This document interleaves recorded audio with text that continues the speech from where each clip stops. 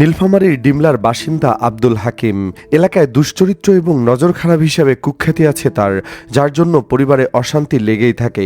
আব্দুল হাকিমের সংসারে আগে থেকেই দুই স্ত্রী ছিল, কিন্তু এরই মাঝে হঠাৎ করে দুই স্ত্রীর অমতে আরেকটি বিবাহ করে বসেন আব্দুল হাকিম, যার কারণে রাগে ক্ষোভে ফুঁসছিল আগের দুই স্ত্রী। এদিকে তৃতীয় বিয়ে করার স্বামীর গোপনাঙ্গ কেটে দেওয়ার অভিযোগ উঠেছে আগের দুই স্ত্রীর বিরুদ্ধে।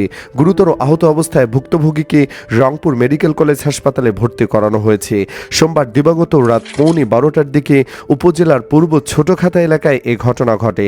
অভিযুক্ত মোসাম্মদ আসমা বেগম নরসিংদী জেলার শিবপুর উপজেলার দক্ষিণ সাদাচর ইউনিয়নের ফিরোজ মিয়ার মেয়ে, আর অপর স্ত্রীর বাড়ি নীলফামারীতে।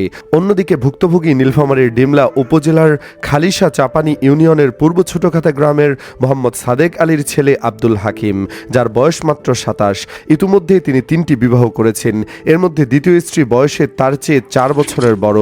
আব্দুল হাকিম পেশায় ফটোগ্রাফার। জানা যায়, বিভিন্ন অনুষ্ঠানে ভিডিও করতে গিয়ে তিনি কৌশলে নারীদের প্রেমের ফাঁদে ফেলে অনৈতিক সম্পর্ক করে এবং বিয়েও করে। এলাকাবাসী জানান, প্রথম স্ত্রীর সাথে বিবাহ বিচ্ছেদ না হওয়ার পরেও 3 বছর পর মোহাম্মদ আসমা বেগমকে বিয়ে করেন আব্দুল হাকিম। 20 দিন আগে ফের স্থানীয় এক মেয়েকে বিয়ে করেন এই কুলাঙ্গার যুবক।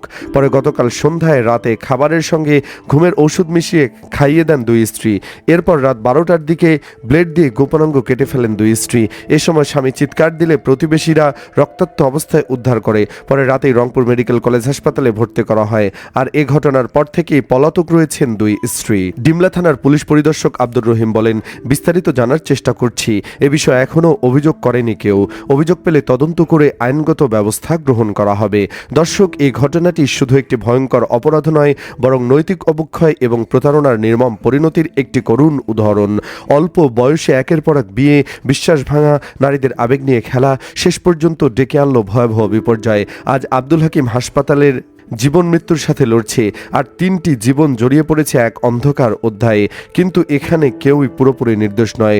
লোভ, প্রতারণা আর প্রতিশোধ সব মিলে এই মর্মান্তিক ঘটনার জন্ম দিয়েছে।